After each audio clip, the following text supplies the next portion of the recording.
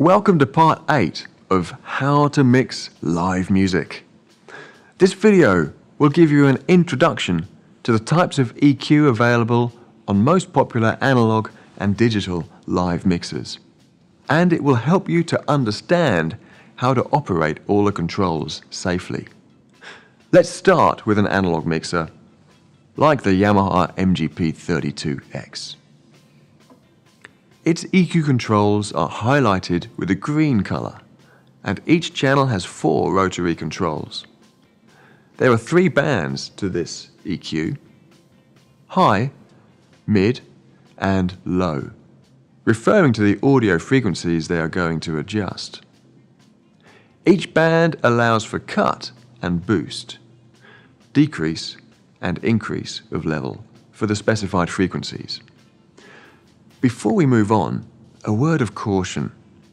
Sudden adjustments of EQ parameters can in some cases quickly cause unpleasant feedback noise. So always adjust slowly and carefully, and avoid too much boosting when mixing live. High will affect frequencies above 8 kHz.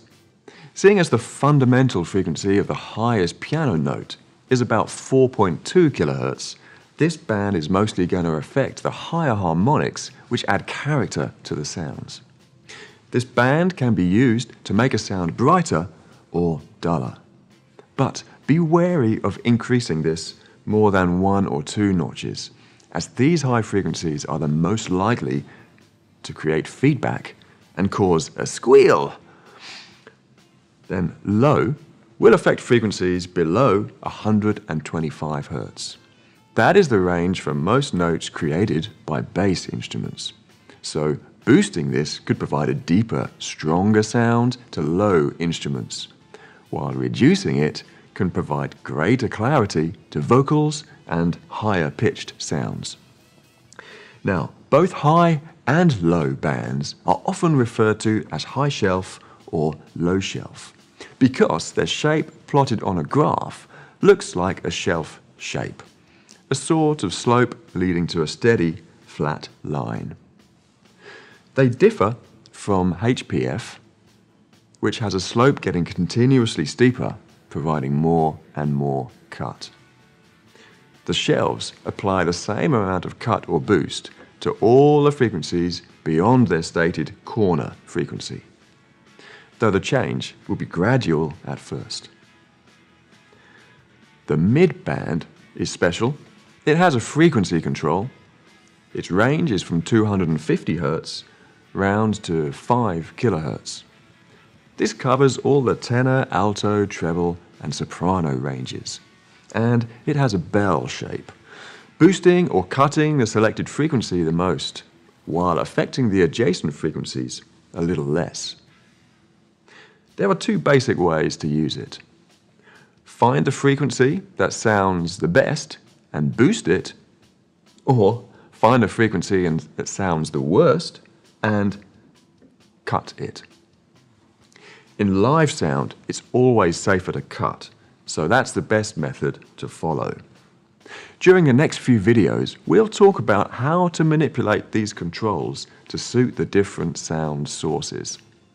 But now, let's move over to the TF3 and see what its EQ has to offer. Press the home key, then touch the channel's EQ curve to access the parameters. Here you can see the actual graph of the EQ. You see the high-pass filter and the 4 bands of EQ, and it's way more flexible. Each band has 3 parameters: gain, frequency, and either Q or type. That's what gives it the name parametric EQ. But don't worry, they're set up in an intuitive way to get started. Let's take a look at the high band.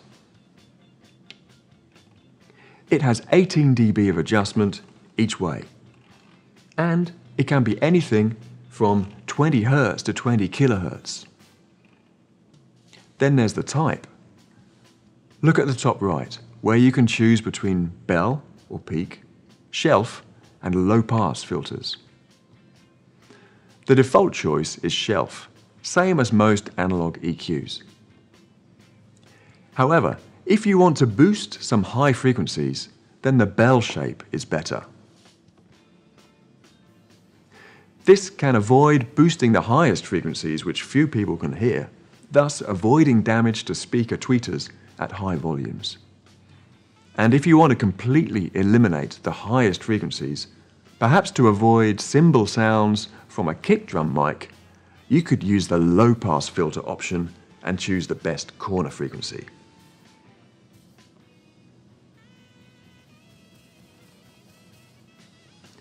Now, let's look at the low band. It has options for peak and shelf, shelf being the default. Once more, if you want to boost low frequencies, it may be better to use the peaking type to avoid increasing any damaging frequencies which you can't hear. The two mid bands have the same parameters: gain, frequency, and Q.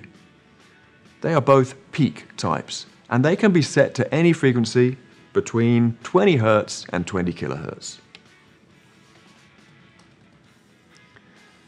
The Q parameter, or Q factor, refers to the shape of the peak.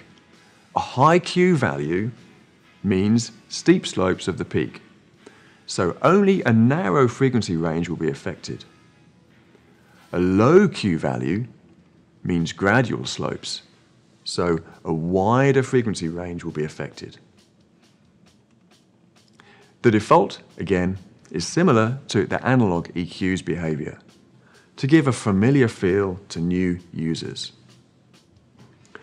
So the combination of type, Q, and wider frequency range for all the bands makes the digital parametric EQ far more versatile and accurate for shaping the sound. However, all the controls can be daunting if you're not familiar with them. No worries with the TF, it has a library of presets. If you don't know where to start, look in the preset library with the button on the bottom left below the screen. You can find EQ presets for all popular instruments and vocal types.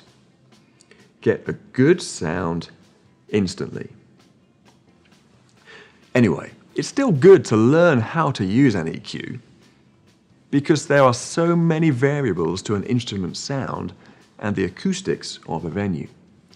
When you have a spare moment, plug in a microphone and headphones to your mixer and experiment with the EQ on your own voice and experience how much the sound can change. I'm going to be dishing out tons of tips and tricks for using EQ on various instruments during the next few videos. And in Chapter 9, we'll learn how to use a graphic EQ. Thanks for joining me.